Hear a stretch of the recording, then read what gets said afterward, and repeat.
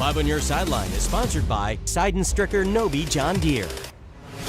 Two Cardinals are getting their first start of the season tonight, and the Blues are fighting for second in the Central. Welcome in to 5 on Your Sideline. I'm Ahmad Hicks. And I'm Hannah Yates. First, we hit the high school action. Ahmad, kick us off with some lacrosse. Why don't I? Nice day for a lacrosse matchup. Holt taking on Whitfield. Tia Goodman is good right here for Whitfield. Look at that goal. She gets her team on the board.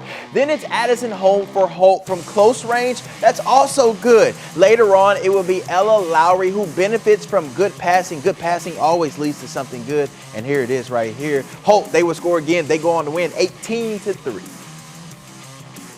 After making it to districts last year, the Whitfield girls soccer team set a goal to get back on track. The Warriors have scored 26 goals through its first 5 games. 13 of those goals have come for one player. Meet Mia Devereaux, a sophomore forward who is the epitome of small but mighty. She scored 29 goals as a freshman on the varsity team, which broke the school record last year. Now she set the bar at 35 goals, and she's more than a third of the way there already. She's one of the top scorers in the area, and it hasn't happened by chance. She's a small player, okay, and she's got heart.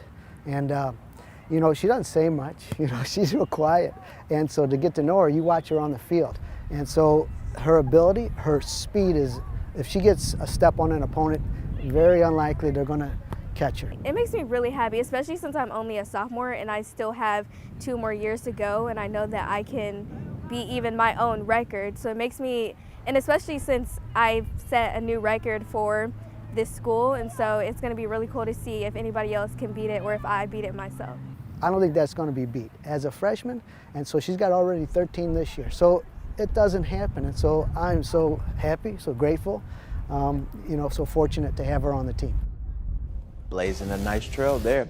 In 2021, the Metro girls soccer team won its first ever district championship title in school history. They returned this season motivated more than ever. Through 5 games, Metro is undefeated in 2022, beating schools like U-City that have more than triple the school population. The team says they're only getting started. The girls are coming up and saying like, hey, you know, what can I know I did this well, but what can I do to get better? We talk a lot on the field, hear us screaming at each other from the bench and when we play together on the field.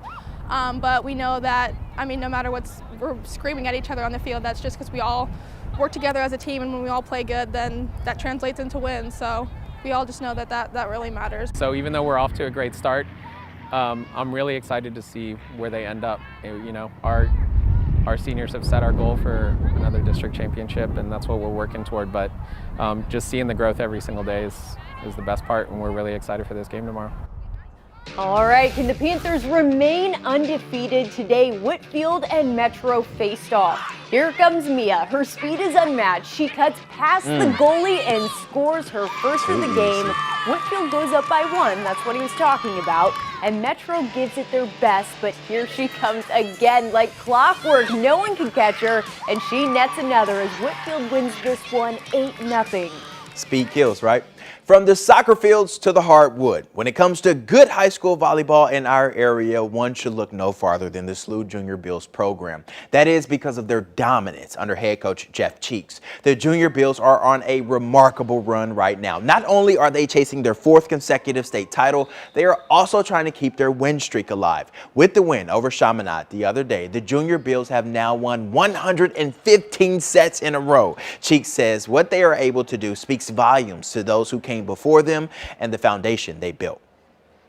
I think, to say that we would stay at this level is pretty optimistic. So, you know, it's to me, it's, you know, building guys of character, making sure we're faith-filled, and most importantly, these seniors and the previous alum setting an expectation of how hard we work. I think if these guys work hard, a lot of the positive outcomes have been from that.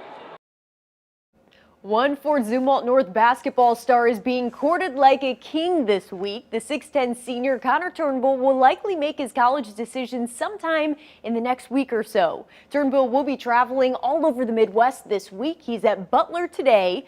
He'll head to Columbia to talk with Dennis Gates tomorrow, and then he will be back at Iowa on Tuesday. He already made his visit to SLU last weekend. Turnbull is a 4-star who shot 38% from 3 and averaged 23 points and 12 rebounds a game.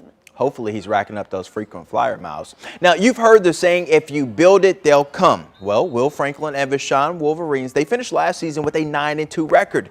And now the team is trying to build a new stadium on their campus. A rendering has been released, but Franklin says they still have some work to do to make it a reality. We'll stay tuned. And some sad news to report tonight. Former CBC standout offensive lineman Brian Wallace has died. Wallace was the top recruit in Missouri in 2014 when he signed to play with the Arkansas Razorbacks. Wallace also played 4 games for the St. Louis Battlehawks XFL team here in town. He died from a heart attack earlier today. He was just 26 years old. Such a sad story.